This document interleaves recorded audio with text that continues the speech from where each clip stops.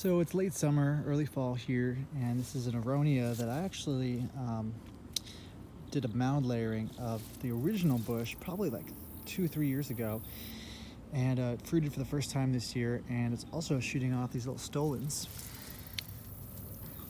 Actually, the stolons would be underground. These are basically like clones of the main plant. They're actually still connected to the mother Aronia plant. But there's another one over here popping up. They just kind of just pop up around the base of either young plants like this one, or if you go ahead and stool layer, or if you make a hard cut in the early spring, they'll shoot up. It will compensate by shooting up around the plant. So I'm going to go ahead and dig these up and pot them. Okay, so here are the two clones that I was able to separate out. You can see the root system was pretty extensive. I kind of bent down those branches earlier in the spring, and you can see kind of, I was bending on the branch here, and it decided to make a root at one of the contact points. Same thing here, this was a contact point and created all these roots. The fact that they're really tall kind of indicates that they were in a very shady spot because they were trying to grow really tall to reach the light and outcompete the ground covers. And it's not really ideal for two reasons. One being that you want to, when you make these transplants, you are stressing the plant out and you're reducing the amount of roots that the plant has access to here. So actually in this case, the root system is pretty extensive, but usually it's only maybe like, this much roots down here, but it's a lot better here. But the idea is that when you make these transplants, you want to reduce the size of the above ground growth. So I would like prune hard right here. And I still could, but usually I'll only do that when there's some leaves that will be able to photosynthesize for the plant. Like there might be a leaf shoot here, and a leaf shoot up there. Chop it right here so it still has some green growth on it. Same thing with this one. There's no green growth until you get all the way to the tip.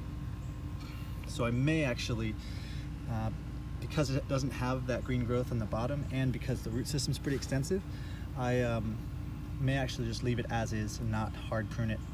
And I'm also doing this pretty early. It's better to do this when the plant's dormant, but I'm very impatient.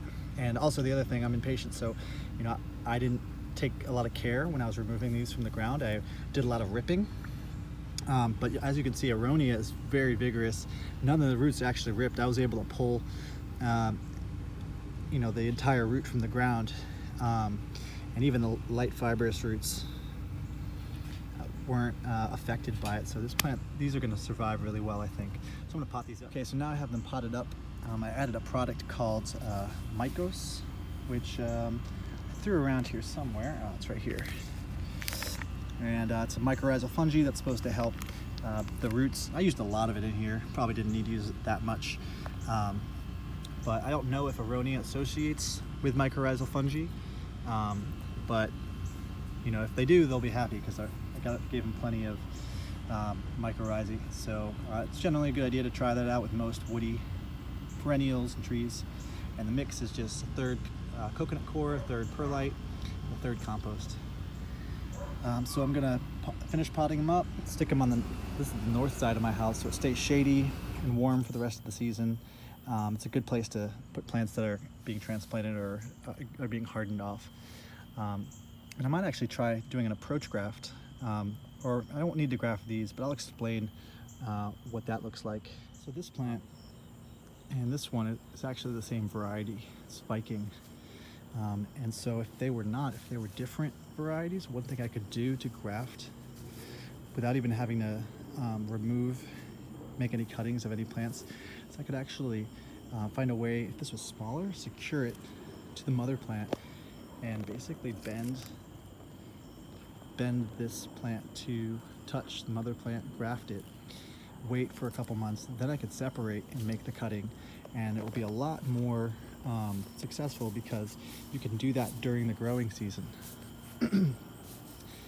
And then also you're not actually severing any plants. You're not making cuttings, you're not making scion until the bond has actually been made.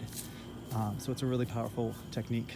So I'm going to try that out with maybe some of the other seedling varieties so I can make those Vikings.